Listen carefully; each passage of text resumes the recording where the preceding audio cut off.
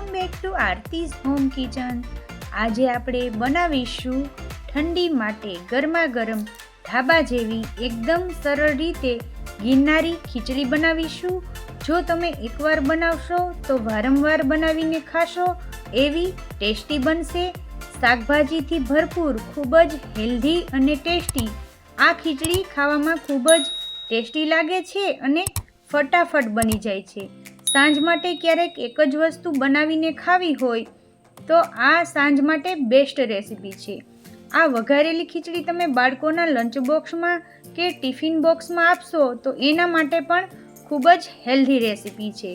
તો હવે સૌથી પહેલાં ગિરનારી વઘારેલી ખીચડી બનાવવા માટે કઈ કઈ સામગ્રીની જરૂર પડશે એ આપણે જોઈ લઈએ।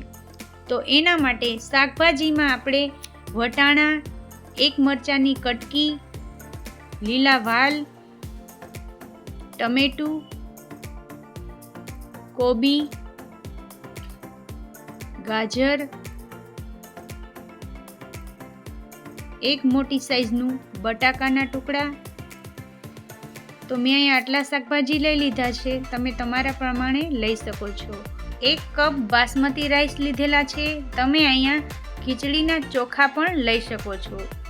ત્યારબાદ 1/4 કપ જેટલી આપણે તુવેર દાળ લીધેલી છે અને 1 મુઠ્ઠી જેટલા મેં 2 કલાક માટે પલાળીને સિંગદાણા રાખી દીધા હતા અને 1 થી 2 મુઠ્ઠી જેટલા મેં અહીંયા સોયાબીનને પણ ગરમ પાણીમાં 2 કલાક માટે પલાળીને રાખી દીધા હતા।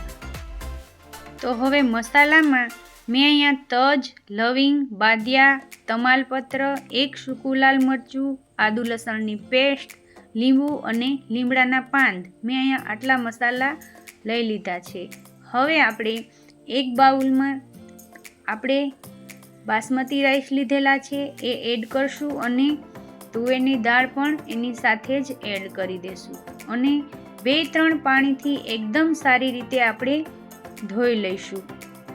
તો મેં અહીંયા તુવેરની દાળ લીધેલી છે, તમે આની જગ્યાએ મગની દાળ, ચણાની દાળ કે અડદની છડી દાળ પણ લઈ શકો છો। તો અહીંયા આપણા ચોખા અને દાળ સરસ ધોવાઈ ગયા છે। તો હવે આપણે ખીચડીનો વઘાર કરશું।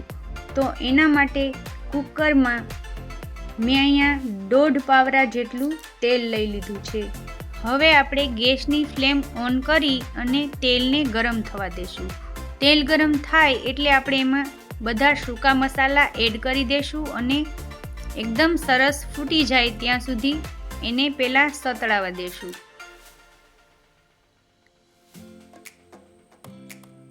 હવે આપણે એમાં 1 ચમચી જેટલી રાઈ ઉમેરીશું અને લસણની કટકી। તો લસણની કટકી આપણી સરસ કકડી જાય ત્યાં સુધી આપણે મસાલાને થવા દેશું। એનાથી એકદમ સરસ આપણા ખીચડીની અંદર સરસ ફ્લેવર આવશે। તો આ રીતે બધા મસાલા એકદમ સરસ ફૂટી જાય પછી આપણે ખીચડીનો વઘાર કરવાનો છે। હવે આપણે એમાં 1 ચમચી જેટલું જીરું ઉમેરીશું, 1 નાની ચમચી જેટલી હિંગ ઉમેરીશું અને લીમડાના પાન। તો હવે આપણે આમાં બધા વેજીટેબલ એડ કરી દઈશું। તો વેજીટેબલ મેં અહીંયા મારા ઘરમાં જે અવેલેબલ હતા એ મેં લઈ લીધા છે, તમે તમારી રીતે વેજીટેબલ કોઈ પણ લઈ શકો છો અથવા તો વધુ કે ઓછા પણ કરી શકો છો। શિયાળાની સિઝનમાં બધા વેજીટેબલ એકદમ સરસ ફ્રેશ અને તાજા મળી જાય છે, તો આપણી ખીચડી પણ એકદમ સરસ ખૂબ જ ટેસ્ટી અને હેલ્ધી બનશે। તો હવે આપણે આ બધા વેજીટેબલને 2-3 મિનિટ માટે તેલમાં સાતળીશું।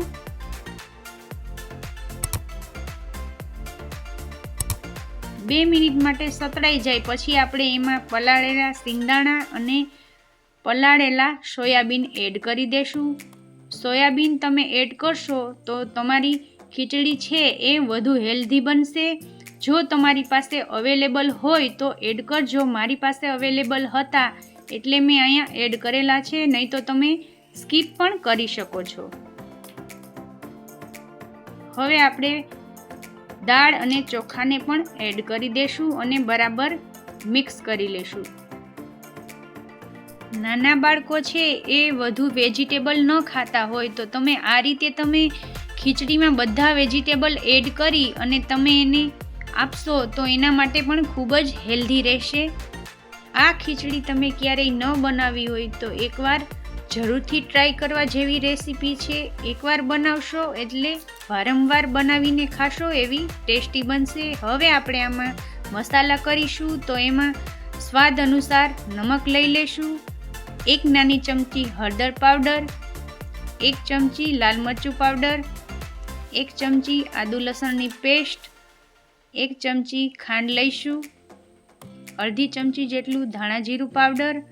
જો તમે લસણ ન ખાતા હોય તો સ્કીપ પણ કરી શકાય. હવે આપણે આ બધા જ મસાલાને વેજીટેબલ સાથે મિક્સ કરી અને થોડી વાર માટે સતળાવા દઈશું.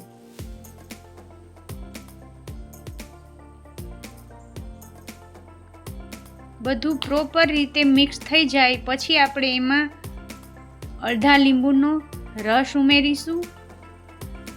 લીંબુ એડ કરવાથી આપણે અહીંયા જે મસાલા એડ કર્યા છે એને લીંબુ છે એ બેલેન્સ કરશે.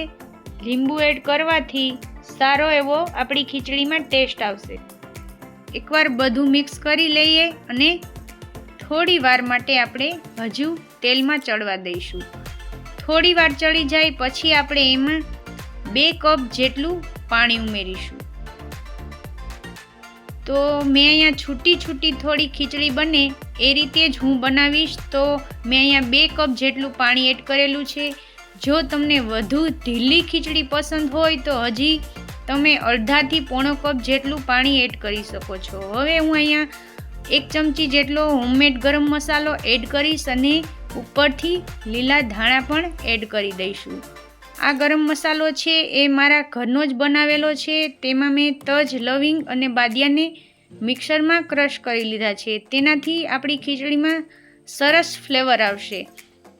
હવે આપણે કુકરનું ઢાંકણ ઢાંકી અને 4 થી 5 વિસલ થવા દઈશું.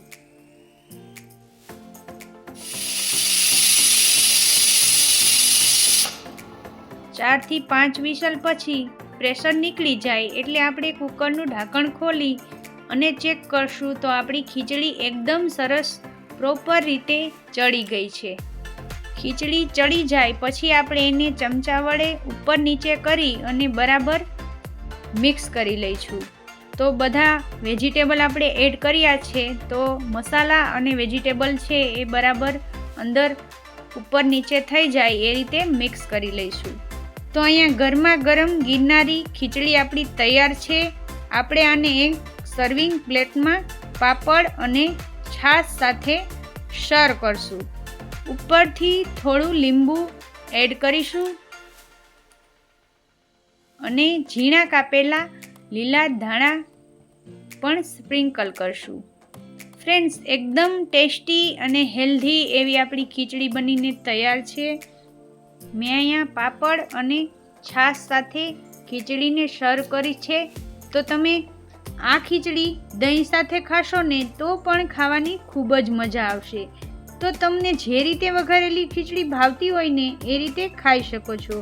તમે આ રીતે ઝટપટ કાઠિયાવાડી ઢાબા સ્ટાઇલ ગિરનારી વઘારેલી ખીચડી એકવાર જરૂરથી ટ્રાય કરજો. અને જો એકવાર બનાવશો ને તો વારંવાર બનાવીને ખાશો એવી ટેસ્ટી બનશે. તમને આ રેસીપી કેવી લાગી તે મને કોમેન્ટ બોક્સમાં જરૂરથી જણાવજો. જો તમને મારી રેસીપીઓ ગમતી હોય અને હજુ સુધી મારી ચેનલને સબસ્ક્રાઈબ ન કરી હોય તો સબસ્ક્રાઈબ કરજો અને બાજુમાં આપેલી ઘંટી દબાવજો એટલે નવી રેસીપીના નોટિફિકેશન તમને આવે. અને વિડીયો પસંદ આવે તો એક લાઈક જરૂરથી આપજો અને ફ્રેન્ડ્સ ફેમિલીમાં શેર કરજો. આવી જ એક અવનવી રેસીપીના વિડીયો સાથે ફરી મળીશું. Thanks for watching.